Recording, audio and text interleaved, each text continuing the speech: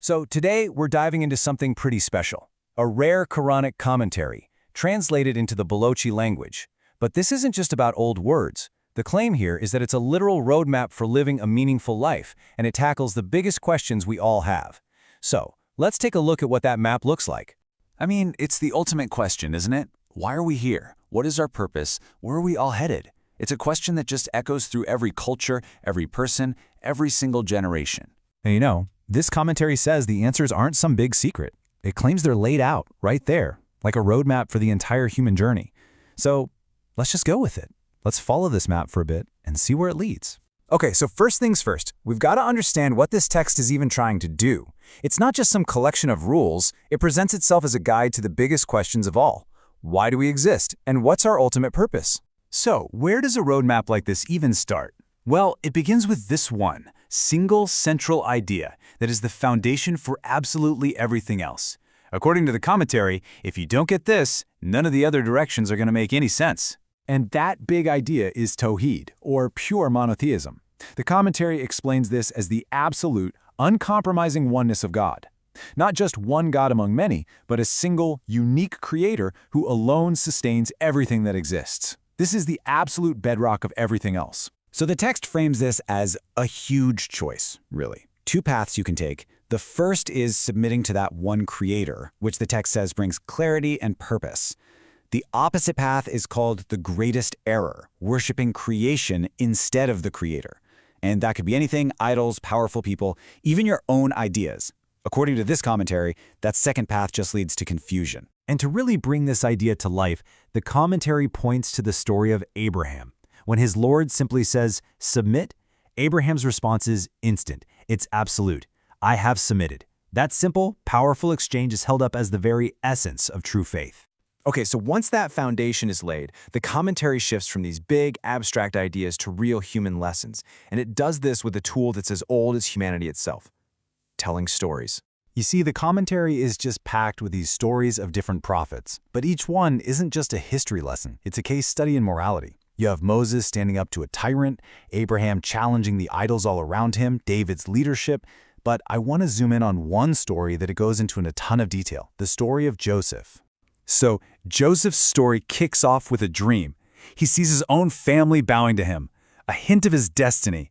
But that dream sparks this terrible jealousy in his brothers. They betray him, leave him for dead, and then he gets sold into slavery. I mean, just imagine that. Your life is completely shattered by the very people who are supposed to protect you. And you'd think that's the bottom. But no.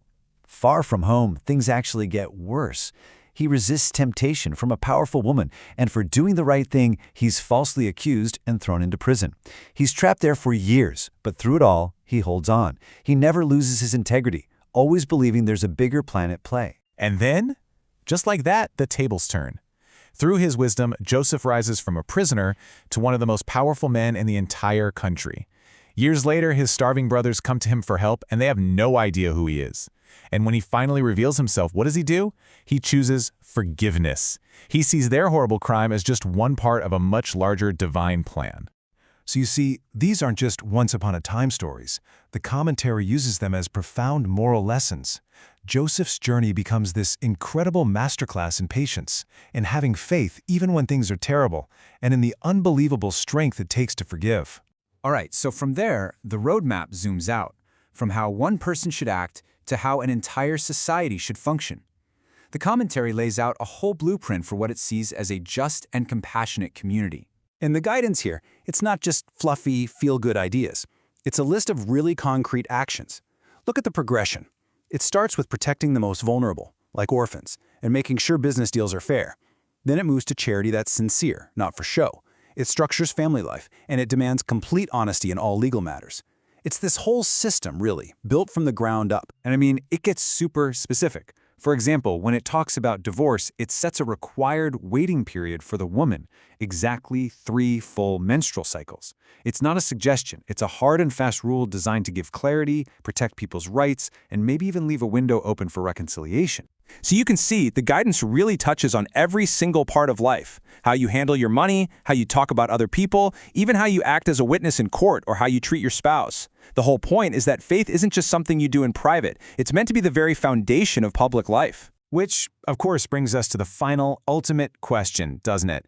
After trying to build a life based on this core belief, these moral stories, and these rules for society, what happens at the end of it all? In this text, it gives a very definitive answer. It presents the journey of life as a kind of test, one that leads to a final, permanent outcome. And it all comes down to the choices we're making right here, right now. The commentary lays out two totally different destinations, two final paths. For those who follow the path of faith and good deeds, the reward is described as gardens of eternal peace. But for those who chose disbelief and wrongdoing, the consequence is called the fire of eternal regret. It is the ultimate vision of accountability. And this quote right here, it makes that idea of accountability just inescapable. The text teaches that on a final day of judgment, every single thing you've done, good and bad, will be laid out right in front of you. It really is the ultimate statement on being responsible for your own life. So let's recap for a second. We've seen how this commentary lays out a complete system, right? It starts with one core belief, shows it in action with powerful stories, turns it into a detailed plan for society, and ends with this vision of ultimate justice and accountability. So in the end, this text isn't just giving out information. It's really posing a challenge.